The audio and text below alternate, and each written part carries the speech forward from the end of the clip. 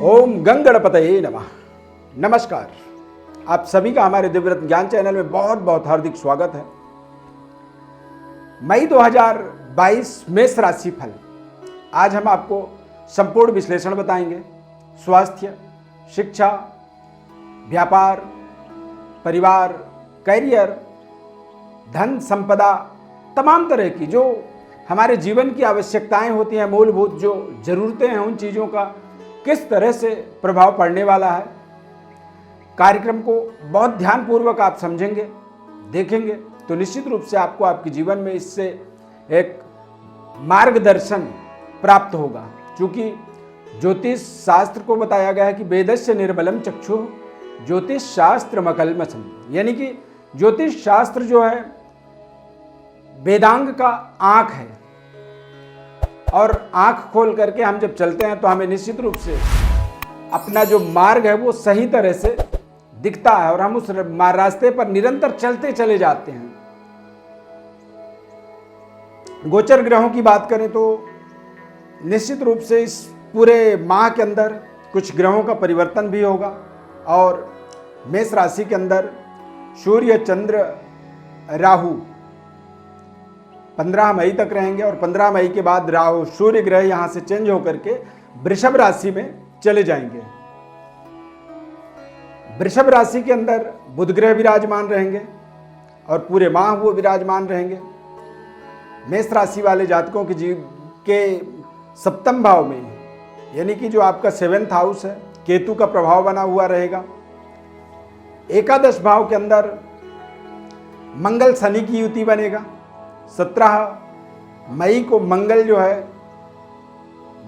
कुंभ राशि से मीन राशि में चले जाएंगे। मंगल और शनि का युति जो होता है इसे द्वंद्व दोष कहा जाता है, यानी कि ये डबल माइंडेड स्थिति बना देता है। और देवगुरु बृहस्पति और शुक्र ग्रह ये दोनों द्वादश भाव में, यानी कि मेष राशि वाले जातकों के भाग्य का स्वामी द्वादश भाव में। हालांकि द्वादश भाव में दोनों ही अपने अपने तरीके से बेहतर फल देते हैं। अब यदि स्वास्थ्य की बात करें तो जरूर कुछ आपको खान पान का अपने परहेज रखना चाहिए। खासकर लिक्विड चीज़ों को जो आप लेते हैं, जो प्रयोग करते हैं, उनमें आपको कुछ इन्फेक्शन हो सकता है, सर्दी, जुकाम, कोल्ड और कुछ एलर्जी से संबंधित परेशानी हो सकती है। श्वास लेने में दिक्कत हो सकती है और कुछ ऐसे एलर्जी आपके जीवन में आपको प्रभावित कर सकते हैं जिससे आपकी जो रफ्तार है वो धीमी हो सकती है। इन चीज़ों का आपको विशेष ध्यान रखना होगा। मई के माह में मेष राशि है आपका। मई के महीने में महत्वपूर्ण जो तिथि त्यौहार हैं, 3 मई को अक्षय तृतीया है, 16 मई को वैशाख पूर्णिमा और चंद्र ग्रहण भी 16 मई को लगेगा, जो कि भारत देश में दिखाई नहीं देगा। और 30 मई को अमावस्या तिथि होगी, वैशाख अमावस्या, और शनिदेव की जयंती होगी। मेष राशि वाले जातकों के लिए देखा जाए तो एजुकेशन, शिक्षा, विद्यार्थियों के लिए, बच्चों के लिए सूर्य उच्चस्थ होंगे और सूर्य का राहु के साथ युति होना 15 मई तक, ये आपके लिए थोड़ी सी कह सकते हैं कि आपके जो टारगेट हैं, आपके जो अचीवमेंट होनी चाहिए, जहां पे आप जाना चाहते हैं, तो आपके मन में डबल माइंडेड स्थिति बना सकता है। आपको लगेगा कि जाऊं ना जाऊं। तो ऐसी स्थिति में आप बेहतर निर्णय करने के लिए किसी सीनियर सिटीजन के साथ या घर के किसी बुजुर्ग व्यक्ति के साथ या फिर घर के अंदर जो सबसे ज़्यादा पढ़ा लिखा व्यक्ति हो, ऐसे व्यक्ति से आपको सलाह लेनी चाहिए, धैर्यता बना करके रखनी चाहिए। और जो भी निर्णय करना है आपको, जहाँ भी आपको अपने शिक्षा का पड़ाव लेकर के आगे बढ़ना है, तो वहाँ पर आपको बिल्कुल कॉन्फिडेंट होना होगा, तभी आप किसी निर्णय तक पहुँच सकते हैं। व्यापारिक व्यवस्था की बात की जाए तो निश्चित रूप से केतु ग्रह का विशेष प्रभाव व्यापार भाव में बनेगा और व्यापार भाव के स्वामी द्वादश भाव में रहेंगे, तो निश्चित रूप से थोड़े से व्यापारिक सावधानियां। हालांकि पारिवारिक सुखद वातावरण रहेगा। इस समय अवधि में यदि अविवाहित हैं तो विवाह से संबंधित अच्छे महत्वपूर्ण निर्णय आपको प्राप्त हो सकते हैं। सूर्यदेव पंचम भाव के उच्च स्थान पर हैं, उच्च राशि पर गोचर करेंगे, तो ऐसी स्थिति में यदि आप फैमिली प्लानिंग चाहते हैं या कोई योजना है आपकी फैमिली प्लानिंग की, तो ऐसे समय में यदि आप कंसीवमेंट का आपको अवसर मिलता है या कंसीव होते हैं, तो निश्चित रूप से जो भी संतान का जन्म होगा आपके जीवन के अंदर, तो वो संतान बहुत ही तेजस्वी होगा। क्योंकि सूर्य उच्च राशि में जब होते हैं और ऐसे समय में कोई संतान कंसीव हो जाए, कोई गर्भ में बच्चा आ जाए, तो वो बच्चा निश्चित रूप से वो बहुत ही तेजस्वी होता है, पराक्रमी होता है और एक प्रशासक होता है। करियर के अनुसार देखा जाएगा तो शनि लाभस्थ होने के कारण से नौकरी के अंदर आपको बहुत अच्छे तरीके से पद प्रतिष्ठा, उन्नति, प्रमोशन के यहाँ पर कई सुनहरे अवसर मिलेंगे। राजनीतिक गतिविधि में जुड़े हुए हैं या फिर सामाजिक गतिविधि में आप संलग्न हैं, राजनेता हैं, तो आपको यहाँ पर थोड़े से अपने उच्च स्तरीय वर्ग के साथ अपने तालमेल को बनाने का विशेष बुद्धि से निर्णय करना होगा। अन्यथा सूर्य राहु की युति मेष राशि के अंदर होना या चंद्र राहु की युति कहीं ना कहीं अपने आप में आपको मानसिक रूप से डिफीट कर सकता है। इस माह के अंदर 16 मई को चंद्र ग्रहण लगेगा, यानी कि चंद्रमा के अंदर ग्रहण लगने का कारण होता है कि आपको अपने भूमि, भवन, वाहन, इन सभी चीज़ों के अंदर क्रय विक्रय से रिलेटेड, फाइनेंस से रिलेटेड, बैंक बैलेंस से संबंधित तमाम ऐसे महत्वपूर्ण सावधानियां रखने की आवश्यकता रहेगी।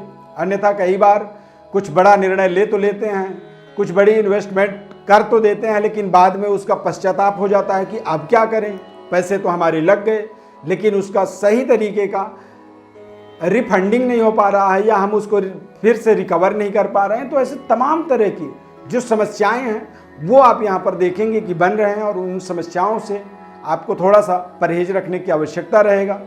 इस समय अवधि में आप यदि गवर्नमेंट जॉब के लिए या फिर किसी विशेष महत्वपूर्ण पद प्रतिष्ठा की प्राप्ति के लिए यदि आप प्रयासरत हैं, आप कोशिश कर रहे हैं, आपको लगता है कि मुझे बड़ी कंपटीशन को मैं क्रैक कर सकता हूँ या बड़े जॉब की अपनी इंटरव्यू को बहुत अच्छे तरीके से क्लियर कर सकता हूँ, तो आप यहाँ पर बिल्कुल कॉन्फिडेंट होकर के, आत्मबली होकर के आप आगे बढ़ें और जितनी ज़्यादा कॉन्फिडेंट रहेंगे उतनी मजबूत तरीके से आपको यहाँ पर लाभ मिलेगा। अब यहाँ पर देखेंगे कि पूरे माह के अंदर एक तो सूर्य, चंद्र, ये दोनों ग्रह जो है राहु केतु से प्रभावित होंगे। तो ये वजह है कि पहला जो 15 दिन है, यानी कि 1 मई से 15 मई तक थोड़े से आपको अपने आत्मबल को कंट्रोल करना होगा और 15 मई से लेकर के 30 मई तक आपको अपने मानसिक रूप से दृढ़ प्रबल इच्छा शक्ति का और बहुत ही गंभीरता पूर्वक मानसिक स्तर को अपने मेंटेन करना होगा। क्योंकि दोनों ग्रहों का प्रभाव राहु केतु के माध्यम से ये प्रभावित हो रहे हैं, सूर्य भी और चंद्रमा भी। साथ में आपके लग्न का, आपके राशि का स्वामी जो है मंगल ग्रह शनि के साथ प्रभावित रहेंगे 17 मई तक। तो निश्चित रूप से आप 17 मई तक डबल माइंडेड रह सकते हैं। तो यहाँ पर आपको थोड़े से निर्णय करने के अंदर यदि आपको अपनी क्षमताओं में कमी लगे तो आप किसी महत्वपूर्ण व्यक्ति से, विशिष्ट व्यक्ति से सलाह भी ले सकते हैं, परामर्श भी ले सकते हैं और वो परामर्श आपके जीवन के अंदर एक बड़ी परिवर्तन, बदलाव के लिए आपको विशेष प्रेरणा, विशेष सहयोग प्रद हो सकता है।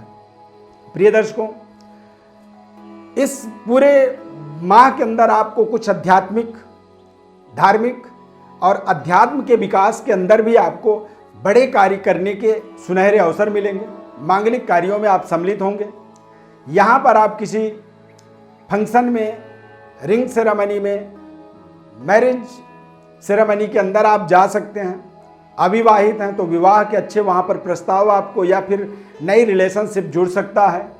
इस माह के अंदर शुक्र ग्रह उच्चस्थ होकर के द्वादश भाव में भ्रमण करेंगे। तो यहाँ पर आपको थोड़े से अपने रिश्तों को, अपने धारणा को, अपने विचारधारा को कंट्रोल करना होगा। अन्यथा एक्स्ट्रा मैरिटल अफेयर जैसी कुछ समस्याएं आपके जीवन में जुड़ सकती हैं और वो आपके मान सम्मान और आपके पद प्रतिष्ठा के लिए कहीं ना कहीं नुकसानदायक साबित हो सकते हैं। मई का माह बेहद आपके लिए ताकतवर समय है। इस ताकतवर समय को और बेहतर तरीके से कैसे यूज करें, उसके लिए आपको अपने गोचर ग्रह स्थिति, यानी कि जो आज के समय में चल रहा है उसको, और साथ में आप अपने जन्मकालिक ग्रह स्थिति को बहुत अच्छे तरीके से संतुलित यदि बनाते हैं, संतुलन उनका बना पाते हैं, सही तरीके का उपाय कर पाते हैं, तो निश्चित रूप से आप अपने महत्वपूर्ण मकसदों को प्राप्त करने में सफलता प्राप्त करेंगे।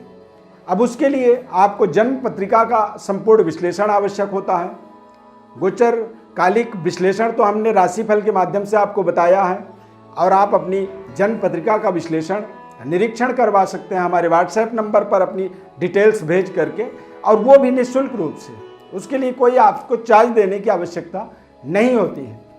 दिव्य रत्न संस्थान हमारा NGO है, निःशुल्क रूप से पिछले 25 सालों से सर्विस प्रोवाइड करता है, और तमाम लोग हमारे साथ आज जुड़ रहे हैं और बहुत ही कॉन्फिडेंट तरीके से जुड़ते हैं। बस आपसे निवेदन यही रहता है कि हमारे चैनल को आप सब्सक्राइब करें, लाइक करें, बेल के बटन को क्लिक करें और निरंतर हमारे साथ जुड़े रहें। कार्यक्रम में किसी भी तरह की आपको कोई सजेशन, सलाह लगता है देना चाहिए तो आप हमारे कमेंट बॉक्स में लिख सकते हैं। कार्यक्रम अच्छा लगा तो जय माता दी जरूर लिखें। इस खास कार्यक्रम में इतना ही। नए कार्यक्रम में फिर मिलेंगे। धन्यवाद। जय माता दी।